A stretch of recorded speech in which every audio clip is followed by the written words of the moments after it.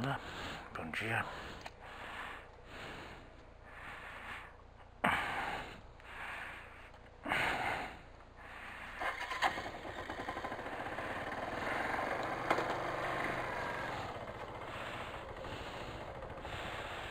Vamos nessa. Bom dia a todos. Bom dia, meu amorzinho. Tenha um ótimo dia. Até mais tarde. Amo você. Hoje é quarta-feira. Hoje é dia 9 de agosto de 2017. Bom dia, Fábio. Bem? Esse é o digníssimo síndico do condomínio. Advogado, Dr. Fábio.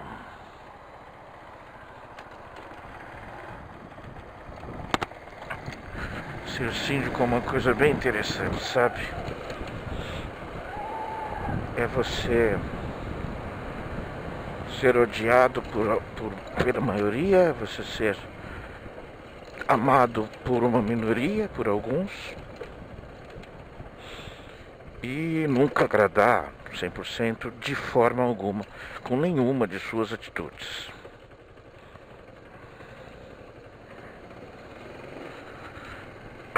Me lembro bem disso, no começo dessa gestão, há um ano e pouco, 2 atrás, que um dos conselheiros, um dos rapazes da equipe, né, do atual síndico, ele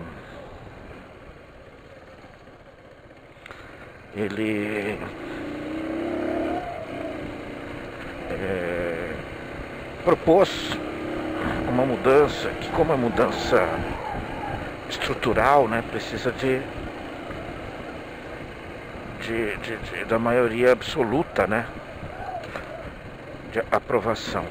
E era uma modificação estética e funcional para uma churrasqueira funcional mesmo, que funcionaria com aluguel, tudo direitinho, tal. E claro, todo mundo achou muito legal, inclusive porque não geraria custo adicional. O condomínio trabalharia com a reserva, com um pedaço da reserva e com as sobras mensais. Pois não teve gente que não quis? Porque senão, não, eu não uso churrasqueira, eu não quero. Simples assim. Você não usa e foda-se o resto. Então é isso, cara. É isso. Nosso problema são os nossos valores. São a nossa enorme, intensa falta de bom senso. Nossa gigante falta de empatia. Falta de nos colocar no lugar dos outros. Que é uma capacidade tão bacana do ser humano, que é o que nos diferencia em vários outros aspectos. Só conseguindo me colocar no lugar dos outros eu posso fazer mudanças e melhorias comportamentais e materiais. Só. Agir por si só é realmente uma coisa que nos estaciona no conceito evolutivo. E acho que a gente não precisa estacionar. Mas eu só acho, né? Eu só acho. Então vamos lá, vamos continuar a odisseia, né? A trajetória das minhas moradas tá acabando. Só tem mais 2 até o momento, né? E... Ai.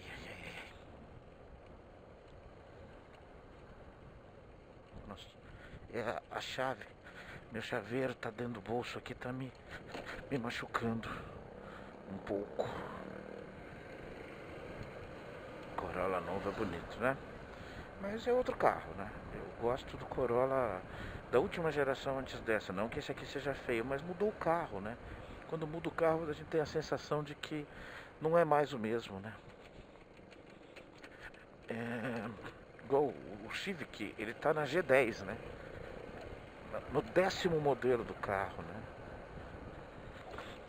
Enfim, vamos lá.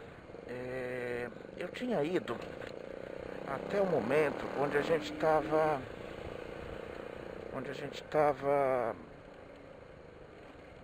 para fechar um negócio arriscado, mas sensacional, né? Que era morar lá em Cotia, quilômetro 21, condomínio New Village. E foi nos oferecida a casa decorada, casa de modelo.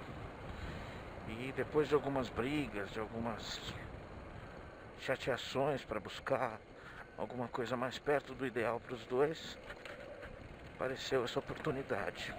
O preço era pesado. Era assim, era apertar o cinto mesmo. Mas era possível. Com os dois trabalhando, era possível. Né? E a gente foi tentar. Chamamos o Mauro, né? Nos chamaram, lembra disso, né? Um breve resumo. Ligaram para nós domingo de manhã, no meio de uma discussão, inclusive, e nós largamos tudo e fomos para lá. Chegamos lá, a Glaucia falou que era exatamente tudo que ela queria e pronto, acabou, né? A gente chamei o Mauro, que o Mauro e a Elza, tanto no aspecto financeiro quanto no aspecto estrutural e material, poderia nos ajudar. A Elza é arquiteta de formação, né? E aí eles vieram. Quando chegaram, foi uma delícia. Nossa, como esses momentos foram gostosos e como essa sensação fica com a gente, né? Engraçado isso. Aí ele olhou, ficou maravilhado, os dois. Aí a Elza perguntou questão de valor. É assim, essa casa... Oh, você é bobo? Eu falei, essa casa, o preço dela é X, mas como ela está decorada, eles estão cobrando o preço da outra, que é quase 30 mil a mais, que é uma casa com um andar a mais, que é um andar de baixo, né? Uma casa que tem um piso abaixo do normal. Elza, rapidamente olhando todo o acabamento da casa, ela falou, olha, essa casa tem, no mínimo, em acabamento, sem considerar os móveis e eletrodomésticos, essa casa tem no mínimo 40 mil reais entre material e mão de obra. Então, financeiramente, compensa sim. E aí o Mauro perguntou, e aí? Eu falei, olha, bem apertado, nós temos X, nós vamos financiar Y, bem apertado nós conseguimos. Você fechou, beleza.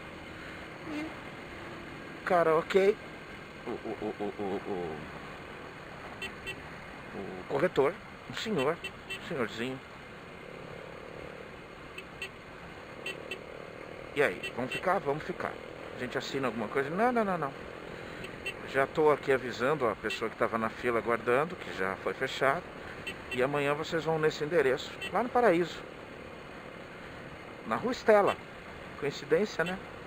Lembra que eu falei sobre os lugares que eu morei? Que eu passei um tempinho, umas férias, algumas semanas gostosas na Rua Estela. Mas era liberando a 23 de maio.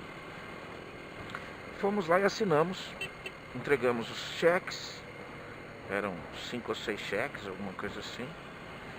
E pegamos o contrato. Mandei até para um amigo meu, Kleber, falecido, Dr. Kleber, morou em Pirituba lá com a gente, né? Meu amigo de infância, colega de infância.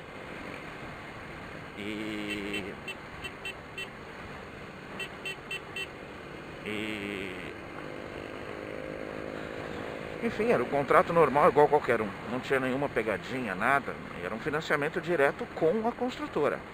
Eu podia sair do financiamento com a construtora a qualquer momento, colocando um banco de minha preferência. Mas era inicialmente, a gente queria tentar pela construtora, porque pela construtora eram 10 anos. Se tudo desse certo, a gente estaria terminando de pagar agora. Esse ano aqui, 2017. Claro que a prestação ia estar em torno de R$ 4.500 no mínimo, né? Enfim, fizemos o processo, que era a entrada e tal, depois... Enfim, e o contrato dizia uma coisa... a Mercinha, a BMW, aliás, BMW. Desconfio que é o mesmo dono da Mercedes vermelha. Desconfio. E... o contrato dizia que seria paga a mensalidade durante 18 meses e depois entraria o financiamento. E o valor das chaves era o resquício do que faltava para os 18 meses se fosse entregue antes. E, vamos deixar claro, estávamos em março, fevereiro na verdade.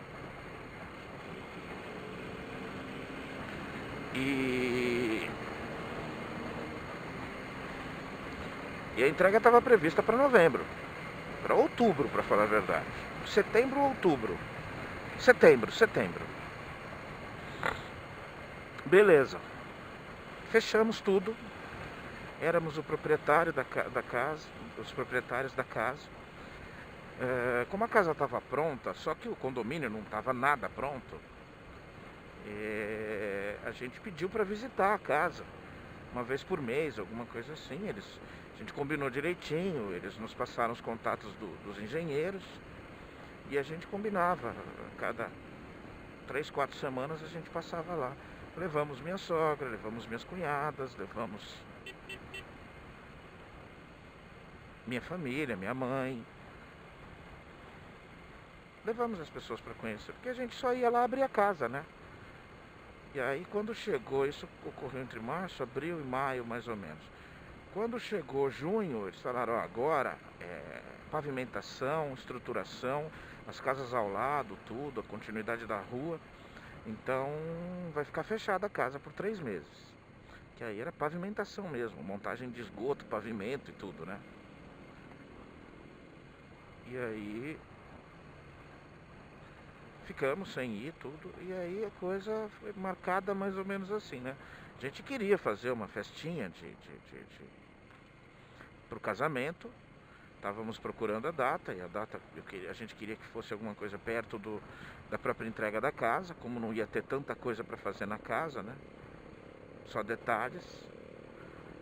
E como era bem pesado o pagamento, a gente decidiu por não ter festa.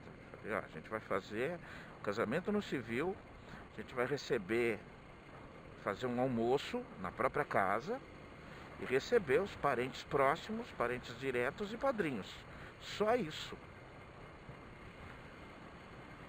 E todo mundo sabia que a Gláucia queria casar de véu e grinalda, né? Isso sai um pouco do meu escopo de moradias, mas tem a ver um pouco, né? Se eu não contar algum detalhe sobre a primeira casa própria, a primeira casa do meu casamento. E, enfim, foi isso. Quando abriu em outubro a casa novamente, nos deixaram, só que aí o condomínio estava pronto. Toda vez que a gente ia, a gente via que estava bem acelerado, tinha mais casa pronta, tinha mais carcaça feita, tinha mais rua aberta. Tanto que quando a gente voltou já não era nem pela entrada que tinha lá o stand nem existia mais. Era pela entrada oficial, que era pela rua Chicago.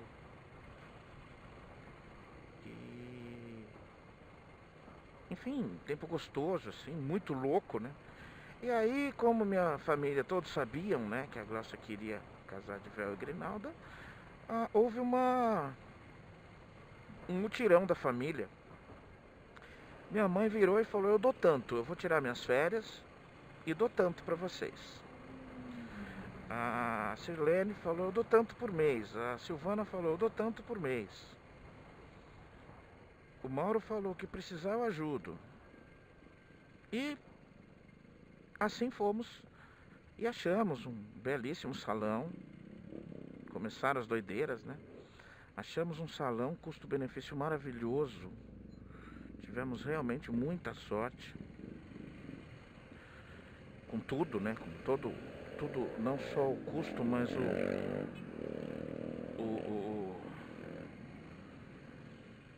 Cara, meu casamento foi sensacional. Com a ajuda de todo mundo, também gastamos, claro que sim. E aí teve uma surpresa, né?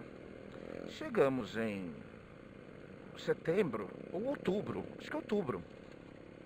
Faltava pouco tempo, o casamento já estava marcado, igreja, salão, tudo, né? Tudo já feito. Música da igreja, tudo contratado, tudo feito. E chegamos em outubro, a construtora nos ligou, tá bom, ó, vamos executar a entrega. Então vocês venham pra gente assinar os papéis da entrega, tudo, a entrega das chaves e fazer os acertos. Beleza, isso, mano, eu tô falando de um mês e pouquinho pro casamento. Aí o cara vira e fala assim, engenheiro de hoje, não vou lembrar, mas era alguma coisa nesses patamares que eu tô falando, ó. Tá bom, vocês têm que me acertar R$14.500 aqui. A gente olhou um pra cara do outro, como assim? Hein?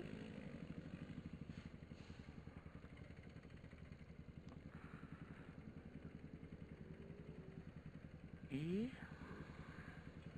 não, o contrato é esse, vocês têm que acertar o que resta das 18 prestações, porque a entrega de vocês foi bem antecipada, vocês começaram o contrato em março. A gente, tá.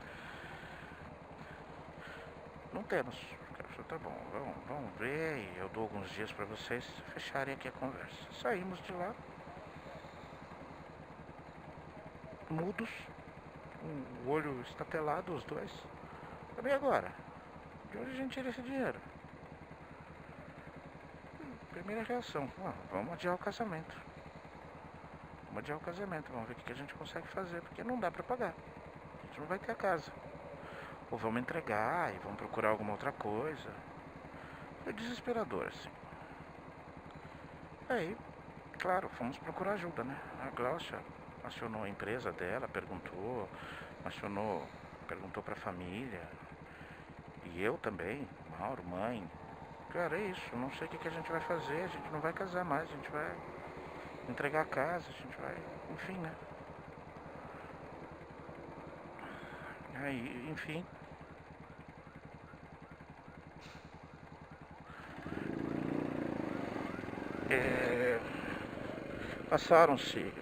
Passou um dia. Com tudo que a gente procurou, não tinha boas alternativas, não. Não tinha muito o que fazer, não. O cara falou assim, bom, vamos fazer o seguinte então. Então a gente vai embutir nas prestações, na mensalidade, o valor que vocês devem nos passar aí. O valor que vocês deviam nos dar. Então a gente vai embutir no valor, vamos refazer o financiamento. Ok. Beleza. A prestação que estava em 1.200 passou a ser R$2.000. 2.300 para ser mais exato. Fazer o quê? Vamos lá. Vamos apertar mais ainda, né? E assim foi. Conseguimos casar, conseguimos fazer nossa boa parte, a enorme parte do sonho da Glaucia de casar na igreja, de noiva, de dar esse presente não só para ela, mas para a mãe dela, né? Ela queria. E a minha sogra realmente nos brindou com a sua felicidade, com a sua alegria. Engraçado que todo mundo preocupado da Dona Maria se emocionar e poder nos dar algum trabalho. Quem se emociona é minha mãe. A fortuna modernona que vai dar um beijo na Glaucia e fica chorando. Eu ganhei uma filha. Aí se eu lembro, vem lágrima no olho. Enfim, eu tive um casamento maravilhoso, uma festa linda, pessoas maravilhosas. Eu costumo dizer que foi um casamento que realmente não foi porque a gente fez, mas agradou todo mundo.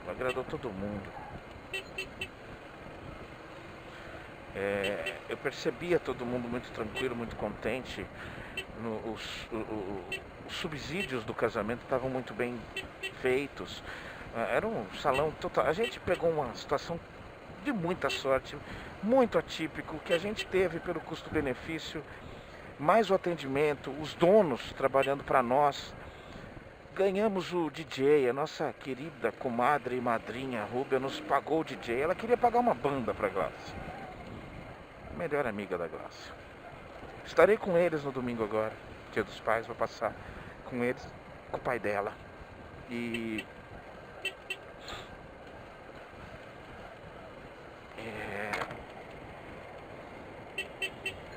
E aí ganhamos um DJ e refiz uma amizade de muito tempo atrás, que agradou todo mundo também, Joãozinho. DJ da Lame Light, DJ de festas super top, um cara de extrema experiência, competência e discrição. Nos encontrou, olhou o salão, perguntou: o que vocês não querem? Aí eu falei pra ele que eu não queria funk. Já tinha funk, mano. Essa praga tá aí há quase 20 anos enchendo o nosso saco. Que eu não queria funk, não queria música de baixo calão, mas que ele fizesse seleções tranquilas. Pedimos anos 70, anos 80, claro, os discos. E a Gláucia realmente, assim, eu tenho muito orgulho de dizer isso. A Gláucia se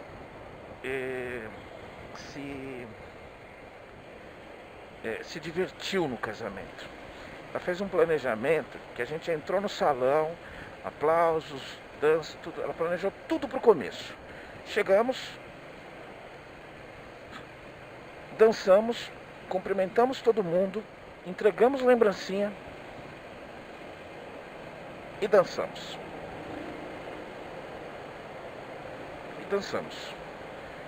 E pronto, começou a festa. E ela foi dançar.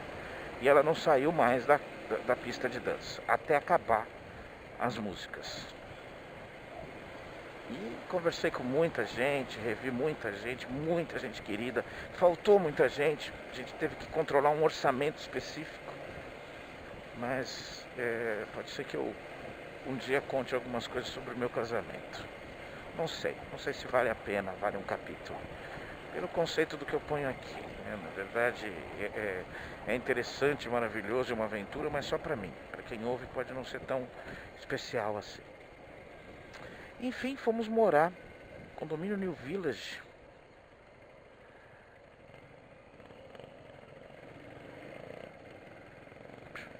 Que mané.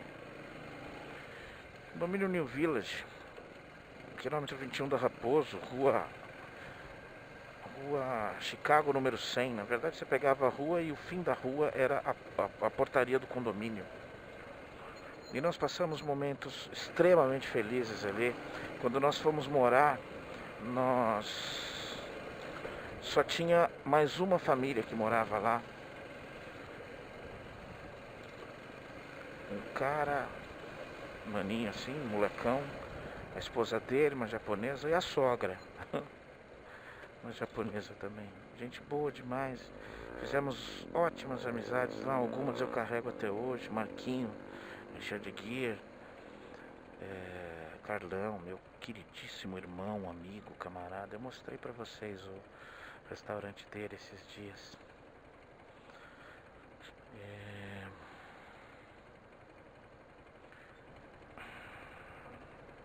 Mais alguns, mas esses foram os que ficaram, né? Beleza, moramos 3 anos lá. A rotina era longa assim, né? A Gláucia trabalhava no Alphaville. Então eu levava ela até o ponto, até o Raposo, que dava 1,5 km mais ou menos. Aqui é um pedaço muito mal estruturado. Não tinha calçada, era ruim de andar ali naquele pedacinho. E ela pegava um ônibus direto para Alphaville, um ônibus chato, de viagem longa, fazia muita volta. E eu, de motoquinha, com a Intruderzinha 125, pegava meu rumo para o centro de São Paulo. Raposo, esse caminho aqui, só que eu ia para Rebouças, né? Pela Rebouças, descia Consolação, já estava no centro ali. Deixava a motinho ali no Largo Santa Efigênia, na frente da igreja, do lado de uma guaritinha de policiais, da Polícia Militar.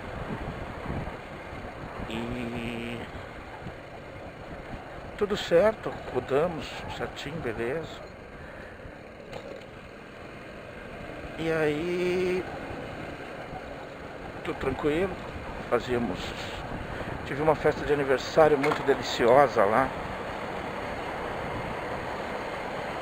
Se eu não me engano, de 40 anos. Agora já fez uma feijoada e foram meus amigos, foi minha família, pessoas queridíssimas.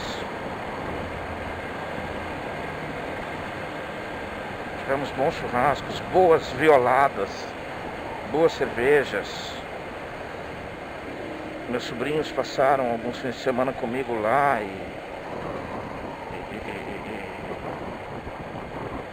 curtiram a piscina. Tenho fotos lindas deles nadando lá na piscininha. É um lugar bem gostoso de viver, um lugar bem gostoso de morar. E aí, até já na minha retrospectiva profissional, né, dos trabalhos, eu conto isso, que eu estava num momento que estava gerando certa apreensão na SP Trans. Então eu estava procurando alguma coisa que me desse um pouco mais de segurança por conta da característica política do meu trabalho, né? E eu, como não tinha ligações políticas, eu era, nesse ponto, desamparado. Eu tinha o amparo da minha gestão. E a minha gestão era justamente um cargo também político, também de indicação política, que corria risco numa mudança específica. Então comecei a procurar empregos, passei um ano procurando emprego, até que eu entrei na Atento. E um pouco depois de eu ter entrado na Atento, aí começou alguma coisa a dar errado. Eu troquei minha motoca, tudo, comprei a CB. E fora todo aquele ponto de que em 2008 faleceu em abril a minha sogra e em setembro, a minha cunhada, Silene. Saudosas, lindinhas, muita saudade delas. E chegou em 2009, eu consegui o emprego lá consegui sair da SP Trans, fui para Atento e a Glócia perdeu o emprego. A Glócia foi demitida. E aí ficou uma coisa meio só por minha conta, correria, muita dificuldade financeira. Mesmo assim o lugar era ótimo, eu adorava morar lá. Mas já começava a gerar uma insegurança. Era muito caro, os reajustes foram altos, tinha semestrais para pagar. Uma minha família ajudou, a segunda, o seguro de vida da minha cunhada saiu e foi distribuído e a minha mulher conseguiu pagar. E depois eu comecei a me enrolar bastante. Mas enfim, ainda resta esperança. Chegou num fim de ano na Atento, eu ganhei 3 salários de PLR, de participação. Então isso também aliviou. Eu estava com umas 3 prestações atrasadas, fui lá e quitei tudo, ou seja, mais respiro. Só que aí chegou em abril, eu fui demitido. Em abril de 2010. E aí realmente a casa caiu. Quando eu cheguei em casa, 9 e pouco da manhã, ela se olhou pra minha cara. Eu não tinha muito o que falar. Ela falou, foi demitido, né? Eu falei, foi. Aí sentamos, ela sentou e falou, vamos ter que vender a casa mesmo, agora não dá mais. Eu falei, agora não dá mais. Eu vou até pegar a rescisão pra dar uma acertada, mas não posso usar tudo, né? Porque a gente tem que sobreviver.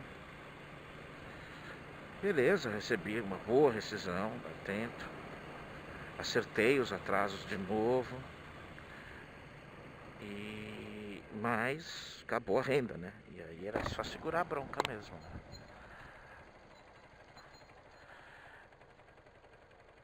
E começamos uma cruzada, né?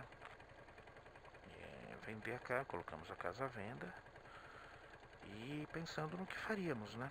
Quanto a gente estava pedindo, quanto a gente devia para a construtora, quanto seria o acerto, né? Qual o líquido que ficaria na nossa mão para poder negociar alguma coisa. E os dois desempregados, né? Eu continuava procurando emprego, tudo. E corremos com isso, começamos a receber pessoas, as imobiliárias que a gente cadastrou a casa para venda começaram a trazer pessoas. E chegou em julho, apareceu um rapaz, só ele, o corretor, Mauro, simples pra caramba, um cara de roupa simples, de aparência muito simples, mas muito educado, uma postura de alguém que teve uma educação privilegiada mesmo. Depois sabendo, ele era juiz, né? Juiz que atuava no interior da Bahia, tinha 2 filhos pequenos, uma esposa, e tava doido pra vir de volta pra cá, né? Tava doido pra voltar pra São Paulo, voltar pra perto dos pais e perto das estruturas, né? E cansado de uma cidade horrorosa, ultrapassada e tacanha, né? Então ele pediu uma licença para buscar esse sonho, procurar um imóvel aqui e trazer a família. E se interessou, fez uma contraproposta, não aceitamos, tal, beleza, muito rapidamente aí caiu a ficha. Me lembro disso, o corretor ligou e disse que ele aceitou, queria sentar para dar o sinal e fechar o negócio e assinar. E aí realmente foi muito triste, a Gláucia ficou extremamente triste. Aquela casa era não se tratava é a nossa primeira casa, temos um apego. Não. Aquela casa era sensacional. A casa era muito boa. E o condomínio era uma delícia. É um estilo aí, ó. Estilo. E foi muito triste ter que sair de lá. Aí toda a parte burocrática feita, fomos buscar documentação. Peguei conselho numa imobiliária perto lá de Pirituba e consegui fazer tudo certinho. E aí a execução inicial era procurar uma casa para alugar. Porque a gente não ia ter como comprar uma casa com o valor do resquício que tinha. Então não ia dar, a gente teria que deixar o dinheiro guardado, usar o mínimo possível para pagar o aluguel e nossa subsistência. O Márcio até concordou em alugar no nome dele, né? Tipo, porque desempregado não consegue alugar casa, né, meu amigo? A não ser que seja de conhecido, de parente, casas de fundo e tudo mais, né? Enfim.